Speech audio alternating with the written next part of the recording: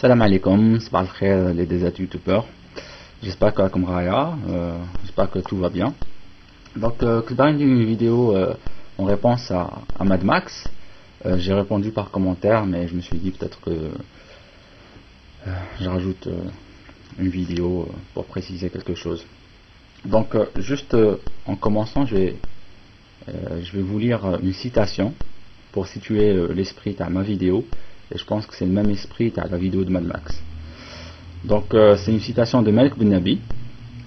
Il dit dans un de ses livres, je ne me rappelle plus lequel, quand une société primitive met des tabous autour de ses traditions, de ses convictions, de ses goûts, de ses usages, ce qui est risible là-dedans, à supposer qu'il y ait quelque chose de risible, ce n'est pas les tabous, mais le vide culturel, l'inculture qu'elle défend, c'est-à-dire l'ensemble des causes qui maintiennent cette société en stagnation. L'ensemble des causes qui maintiennent cette société en stagnation. Donc, en répondant à Mad Max, c'est pas le fait qu'il ait critiqué quelque chose que la religion musulmane ou autre.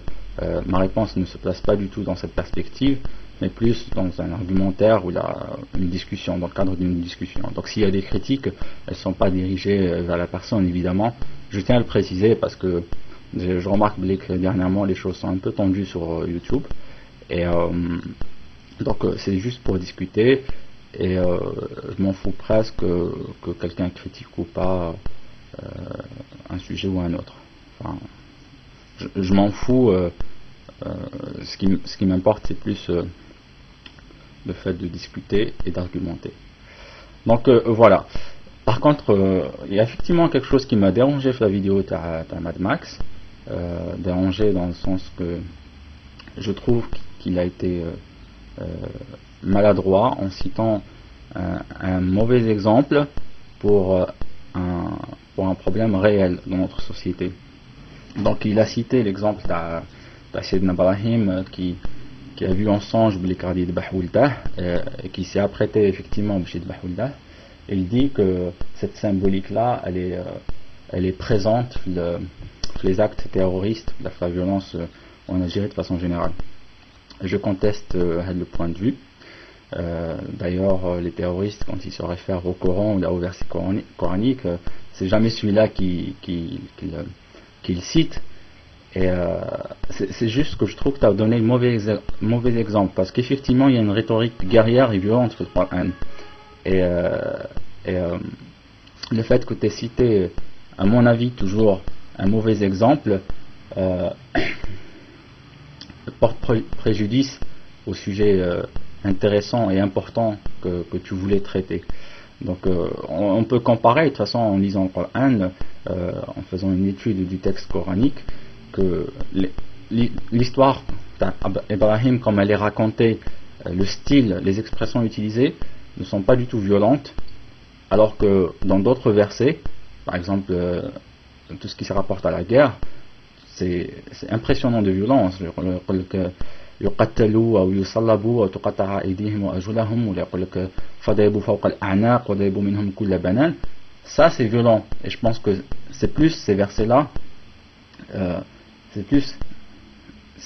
qui touchent au cœur de ce que font les terroristes, considérant leurs victimes comme kuffar, enfin vous savez, je vais pas encore parler des choses qui sont connues. Donc partant du fait qu'il y a effectivement une rhétorique guerrière dans le Coran, le problème qui se pose sur la société, c'est qui fêche, alors que d'autres peuples, d'autres nations ont une histoire tout aussi violente. Quand tu vois par exemple la France, la Révolution française a été sanglante, elle était super violente, et pourtant ce qu'on en retient, c'est pas comment elle a été faite, mais pourquoi elle a été faite.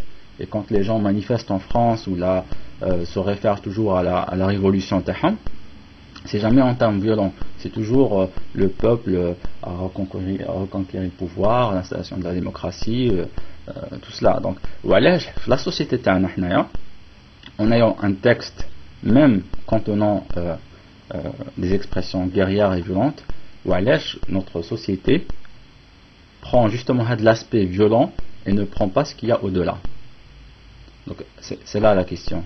Parce que comme je me répétais, il y a d'autres nations, d'autres peuples qui ont dans leur fondement des textes où il y a des faits historiques très très violents, mais c'est pas pour autant qu'ils sont violents dans leurs revendications ou il y a autre chose.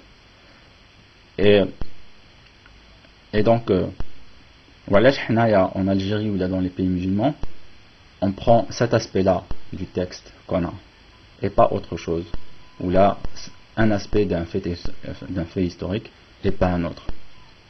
Et je pense que la cause, c'est pas tellement le texte, parce que le texte il existe, et puis voilà, c'est plus, je vais reprendre le terme d'Amek Ben Nabi, l'inculture qui règne dans les sociétés tana.